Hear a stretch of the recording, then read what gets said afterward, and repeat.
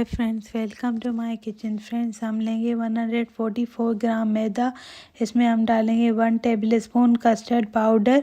अब हम इसमें डालेंगे 1/8 टीस्पून नमक और इसे मिक्स करेंगे। इसमें हम डालेंगे पिस्ता को ग्राइंड करेंगे। 1 कप पिस्ता है, उसको कोर्सली ग्राइंड करेंगे। इसमें डालें 1 table spoon and half table spoon देसी घी को इसमें अच्छे से मिक्स करें आटे को, और इसमें बाइंडिंग आनी चाहिए। ये क्रिस्पी करेगा इसको। ये देखिए, इसमें बाइंडिंग है। अब हम इसमें डालेंगे 140 मिलीलीटर दूध। धीरे धीरे करके डालेंगे और नरम आटा गूंदेंगे। तो अगर आपको मेजरमेंट्स का अंदाज़ा नहीं है तो नरम आटा गूंदें, जैसे रोटी चपाती के लिए आटा गूंदते। तो 140 मिलीलीटर दूध हम धीरे धीरे करके डालेंगे और नरम आटा गूंदेंगे। आटा जितना आप नरम गूंदेंगे उतनी आटे में लचक होगी, और जब आप ऐसे बेलेंगे तो आराम से स्ट्रेच होगा और आपका बाकलावा अच्छे से बनेगा। तो इसको अच्छे से गूंदें। 10 मिनट तक आटे को गूंदते रहें ताकि इसमें लचक आए और ये नरम बने। तो इसको अच्छे से नीड करें। इसमें डालें 1 कप कॉर्नफ्लोर। अब हम इसमें डालेंगे 1/4 कप मैदा और कॉर्नफ्लोर को मिक्स करें। ये हम बाद में इस्तेमाल करेंगे आटा।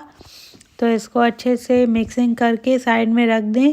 आटा भी वो रेडी है। और ये इसके 6 बॉल्स बनाएं, डो बॉल्स। तो हम अब 6 छोटी रोटियां बेलेंगे। हर एक रोटी को दूसरी रोटी से कॉर्नफ्लोर से अलग करेंगे। तो हर एक रोटी के दरमियान में कॉर्नफ्लोर लगाएं, फिर दूसरी रोटी इसके ऊपर रखें। ऐसे हम 6 छोटी रोटियां पहले बेलेंगे, फिर बड़ी रोटियां बेलेंगे, फिर और बड़ी रोटियां बेलेंगे। तो हमारा असल मकसद ये है कि बहुत पतली और बड़ी बड़ी शीट्स बनानी है। उसका ये पहला स्टेप है, छोटी रोटियां और उसको अलग करने के लिए कॉर्नफ्लोर। अगर आप कॉर्नफ्लोर और मैदा बीच में नहीं लगाएंगे तो जब आप रोटियां बड़ी बेलेंगे तो वो अलग नहीं होंगी। तो इस बात को आपको ध्यान रखना है। तो बड़ी और छोटी छोटी रोटियां बेलते रहें। हर एक रोटी को दूसरी रोटी से कॉर्नफ्लोर और मैदे से अलग करते रहें। ये देखें, मैंने 6 रोटियां बना ली, 6 छोटी रोटियां बना ली और 6 रोटियों को एक दूसरे से आटे से अलग किया है। अब हम इन्हें बेलेंगे। प्रेशर और ज़ोर लगाकर ही बेलें, क्योंकि ये आराम से अलग हो जाएंगी, क्योंकि हमने अच्छा खासा आटा लगा है। तो बड़ी रोटियां बेलें अब, और ऊपर से बेलें, फिर नीचे से बेलें, फिर ऊपर से बेलें, फिर नीचे से बेलें, ताकि रोटियां बराबर साइड से इक्वली बड़ी हो। ऐसा ना हो कहीं से बड़ी रोल हो जाए और कहीं से छोटी रोल हो जाए। अगर आप सिर्फ ऊपर से बेलेंगे तो ऊपर की रोटियां बड़ी हो जाएंगी, नीचे की रोटियां छोटी रह जाएंगी। तो इसीलिए आपको ऊपर से भी बेलना है, फिर पलट के फिर नीचे से बेलना है, फिर नीचे से बेलना है, फिर ऊपर से बेलना है। ये देखें कितने आराम से रोटियां अलग हो रही हैं, देख रहे हैं आप, क्योंकि हमने अच्छा खासा कॉर्नफ्लोर और मैदा लगाया। अब हम दोबारा से प्लेट में कॉर्नफ्लोर और मैदा लगाएं। अब दोबारा से हम बड़ी रोटियों को अलग करेंगे। ये पहली रोटी कॉर्नफ्लोर मैदा, दूसरी रोटी कॉर्नफ्लोर मैदा, तीसरी रोटी कॉर्नफ्लोर मैदा।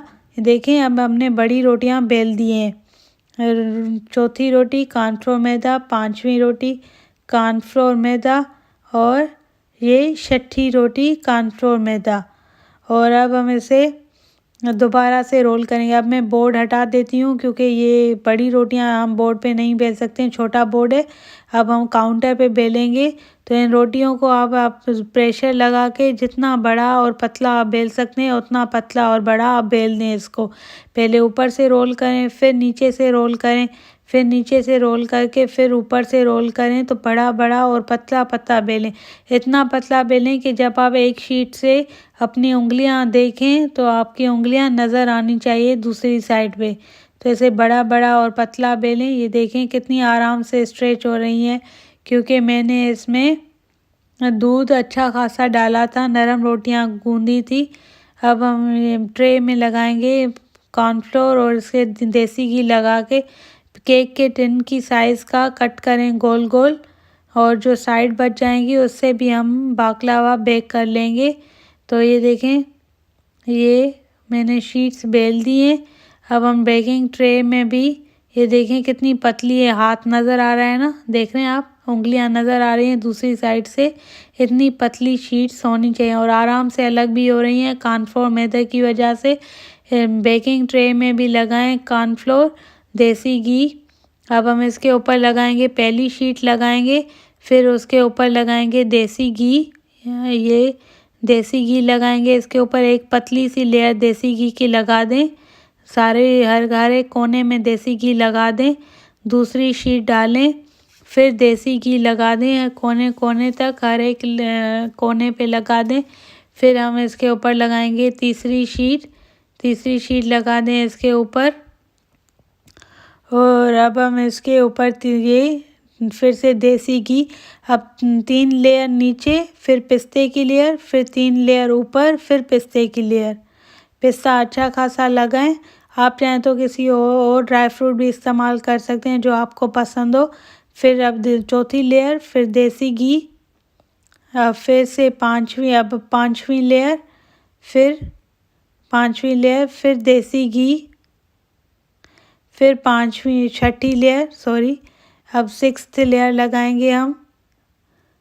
तो अब हम इसके ऊपर भी देसी घी और पिस्ता लगाएंगे। अब हम इसको पीसेस में कट करेंगे, बॉटम तक कट करें ताकि हम जब बेक करें तो उसके बाद पीसेस हम आराम से खा सकें। और बेक करें 180 सेल्सियस पे फॉर 40 मिनट्स, 38 to 40 मिनट्स पे हम 180 सेल्सियस पे बेक करें। यहाँ इतनी देर बेक करें कि ये गोल्डन ब्राउन हो जाए। तो ये अब हम शुगर सिरप बना लेते हैं।